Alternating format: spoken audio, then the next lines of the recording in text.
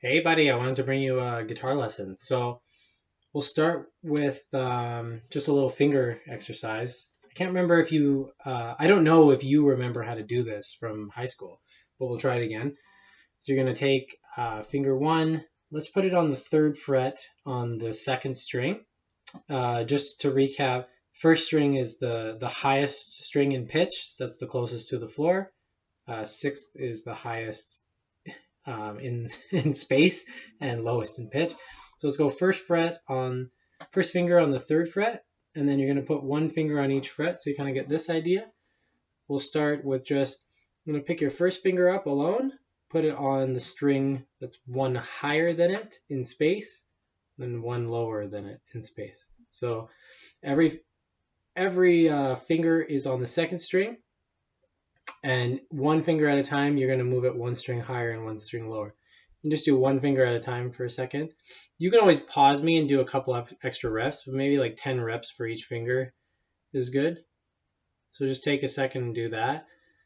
And then you can do two fingers at once. So one finger will go to string 3, one finger will go to string 1, and then you're going to reverse them. You do two fingers at a time. So I'm doing fingers 1 and 2 right now.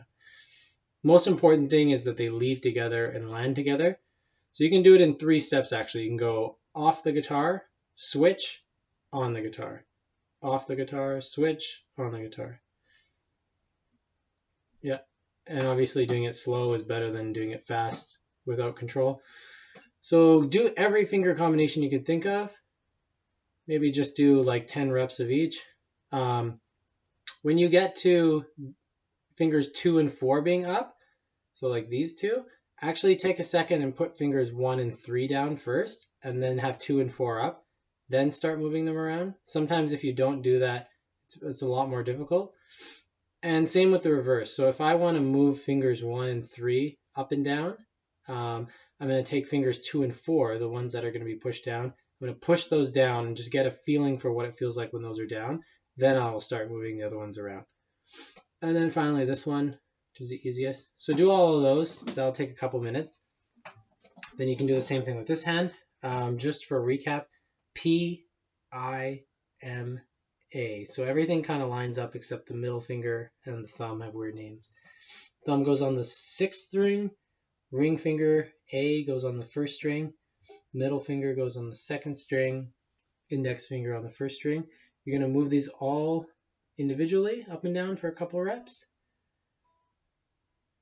And then in combinations of 2 at the exact same time, so make sure they leave the guitar and land at the exact same time. Pinky's allowed to move with the ring finger. It doesn't have to stay still. You don't want to purposely try to move the pinky, but you don't want to prevent it from coming back. You know something's wrong if you're going like this. That means your hand is too stressed. So let the pinky move very relaxed with the other fingers. And you're not going to take the pinky on its own through this exercise. Do all combinations of 2 fingers, all combinations of 3 fingers for maybe 5 or 10 reps each. You don't have to do these 2 exercises every day. That wouldn't be necessary at this point, but if you do it a couple times a week, it really adds up over a few years. So just take it very slow. Just let the effects of it compound over a few years. And yeah, even doing it once a week for a few years, your hands will get very skilled in the dexterity.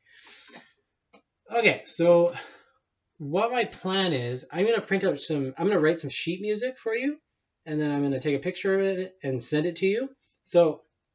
But I actually want to focus more on playing the guitar and playing a couple little tunes, and then we'll worry about how to read the sheet music. But I will still send you the sheet music so you have a visual to base everything off of. And you can rewatch this video a couple times. So really useful keys to focus on at the start of learning classical guitar are going to be E minor, A minor, D minor, or there's some other ones too, but we'll focus on those for now because you have an open E string, an open A string, and an open D string. So it just provides really good bass notes that you don't actually have to do anything to get. You just play them. So they sound really nice. Let's start in E minor. So one thing that would be good to do is to just try this E minor scale. You can use all your thumb, or these two fingers, but we'll just try this at first.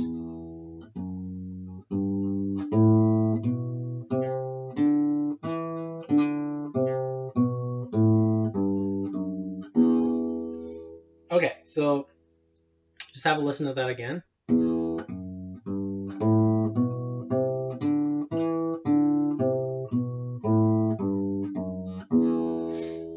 So this is just a basic minor scale. You have 3 notes on the lowest string. You got an open E string, your lowest string, and you got your 2nd fret, and you got your 3rd fret. Those are your first 3 notes. You can give that a shot with me.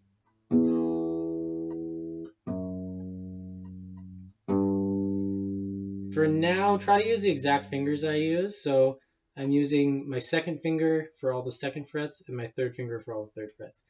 Then you're going to do the same frets on the next string. So you're going to, on the A string, you're going to go 0, 2, 3. And then on the next string, you're just going to go 0, 2. And all I did as well was just reverse the direction of everything. So on the 4th string, I'm going 2, 0. On the 5th string, I'm going 3, 2, 0. On the 6th string, I'm going 3, 2, 0. So you can give that a shot.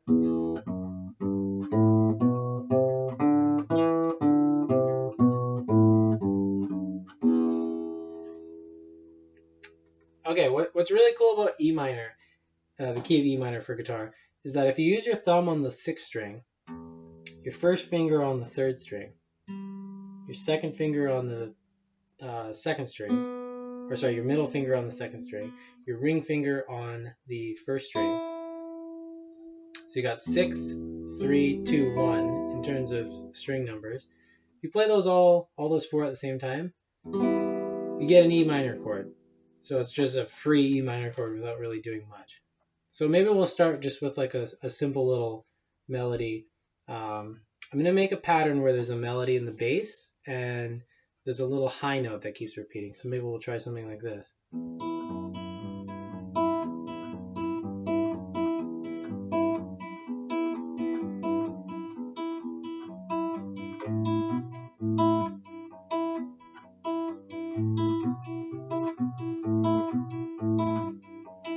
So something along those sounds. So all I'm doing is I'm playing bass notes that are part of that scale.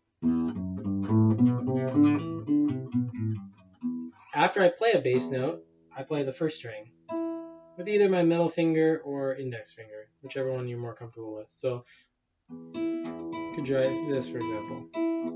Which I'm sure you're doing stuff like this all the time.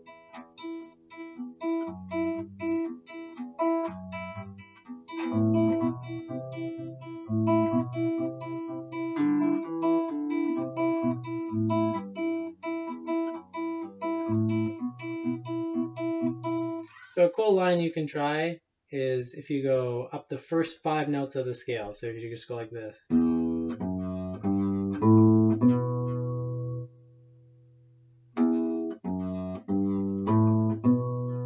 Have a listen to how that sounds when I add this high string in between them all.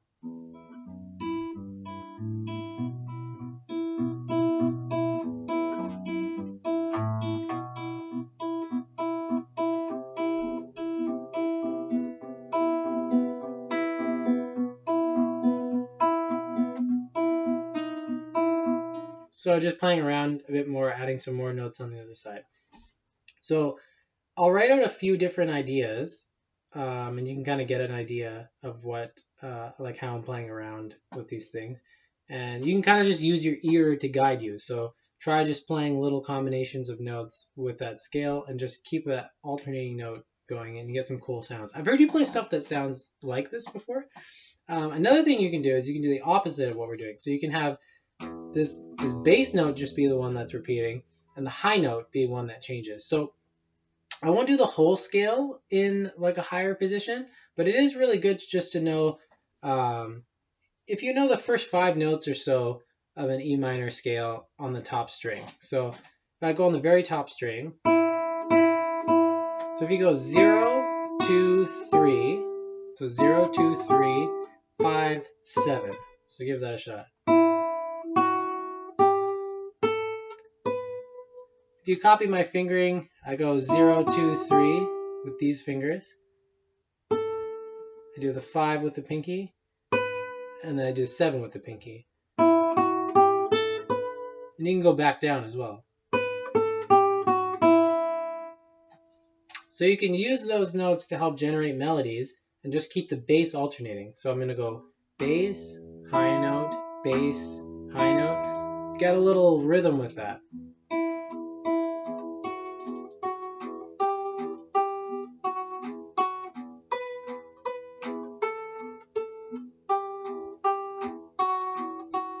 Okay, so that's one place you can go to in E minor. Now, this open A string is also part of this scale too. If you remember when we did, it's the fourth note of the scale. 1, 2, 3, 4. Not in terms of fret numbers, just how many notes are in the scale. So this one here, you can make a little line where you go, you have your lowest string on the bass. Now you just kind of fiddle with the melody notes. See what sounds nice. Now I'm going to change the bass note to the A string. So I'm playing the 5th string in the bass now. Now go back to the 6th string. And another one you can add right here is this 2nd fret on the 5th string. That's a nice sound to it. So what I'll do, I'll improvise a little bit. All I'm going to do is use those 5 notes from the scale on the top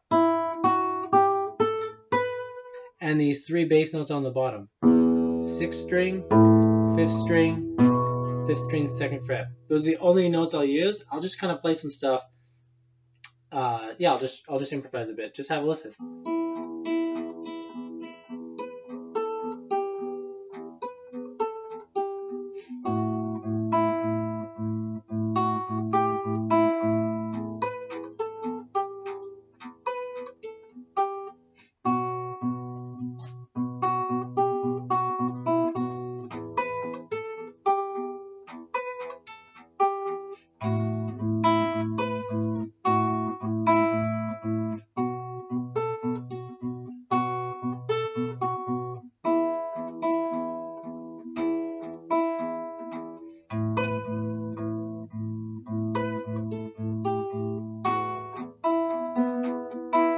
Added an extra note.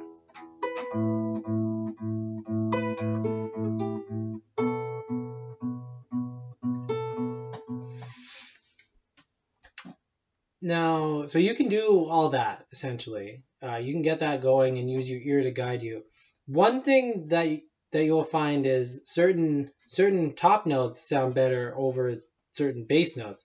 And what I'd like you to do though is play around with that for a little bit, see what you can come up with, and then what I can start doing is I can start teaching you some of the theory about why I select certain notes. So I know, for example, that if I play this over the A, that high note right there, over the 5th string,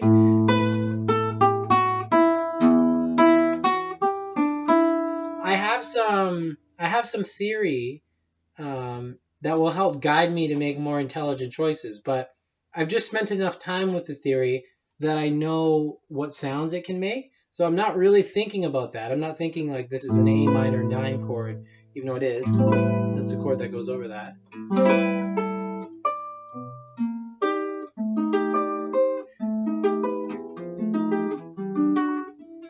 So I'm not really thinking of the names of those chords much when I'm playing. I'm just thinking of the sounds that I know they're going to bring. So that'd be a good place to start.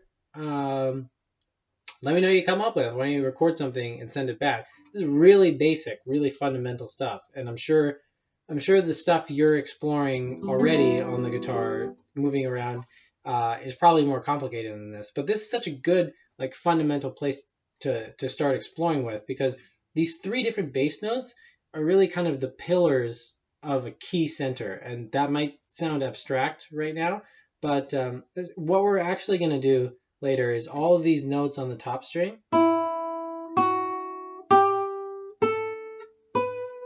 I'm going to teach you how they relate to each one of those chords. So for example, this.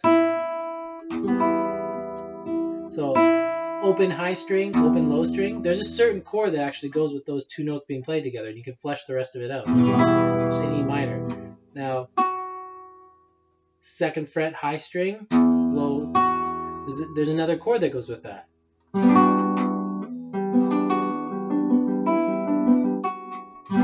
So when I'm actually just playing these two notes together, like one of the notes on the high string and one of these bass notes, I can actually hear how these other chords fit in because I've spent enough time doing that. And then I'll continue. Like this is another one. If I play second fret high string, A string low, I'm thinking of this kind of sound.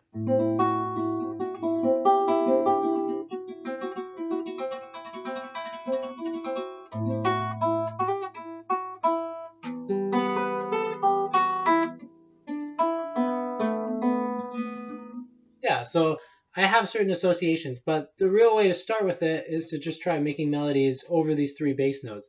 So one thing that can help you is to try the bass notes in different combinations. So if you try to make a little tune, maybe let's choose, you go like this on the top string. So that's your melody, and you're going to try putting that over all the bass notes. So you go.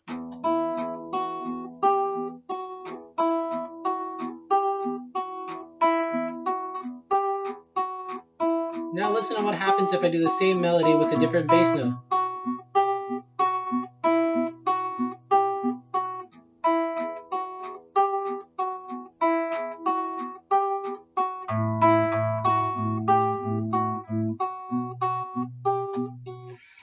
So I think that's a good place to start. Yeah, some of this might seem abstract or really simple. Let me know if you have questions. You can re-listen to this too. If I said things that are too fast, that's one of the benefits of it being on a video. I'll send you some sheet music. Hopefully you have it in front of you already. But yeah, man, it's going to be fun. Have a great time. It's a beautiful instrument. Enjoy it.